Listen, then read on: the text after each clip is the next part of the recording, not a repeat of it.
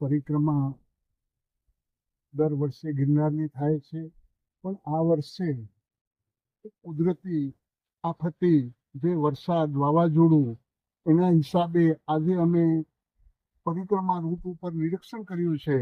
વહીવટી તંત્ર, MP, ધારાસભ્યશ્રી અને સર્વે અમારા મહાત્માઓના અધ્યક્ષ સ્થાનેથી જ બધા અમે નીકળી અને આખું રૂટનું પરીક્ષણ કર્યું. ત્યાર પછી અમને એવું લાગ્યું કે આની અંદર કોઈ પણ વ્યક્તિ અંદર આવશે તો આની અંદર પ્રભુ ફસાઈ જશે અને આ પરિક્રમા જે આપણે ધર્મનું ભાતું ભરવા જઈએ છીએ એની અંદર કોઈ અજુગતું પણ બની જાય એવું અમને દેખાય છે.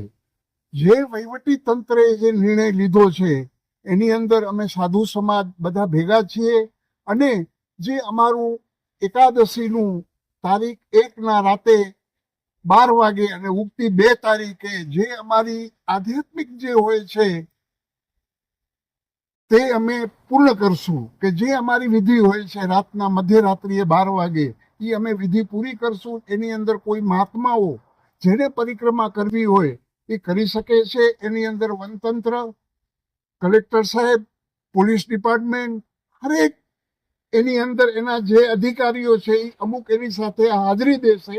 અને બીજી જાહેર જનતાને હું નમ્ર અપીલ કરું છું કે આ વર્ષ તમે ભગવાનનું ઘરે જ નામ લઈ કરી અને પરિક્રમા કરી લેજો. અને ખાસ પ્રભુ હમણાં માહોલ જોતા 31 તારીખનું અને હજી 2 અને 5 તારીખને વાવાઝોડાની આગાહી છે. તો હરેક ભાવિકોને મારી નમ્ર અપીલ કે આજે આ પરિક્રમાનું રૂટ જોતા પ્રભુ તમે ન આવો તો પ્રભુ વધારે સારું છે. જય હિન્દ. ઓમ નમો નારાયણ.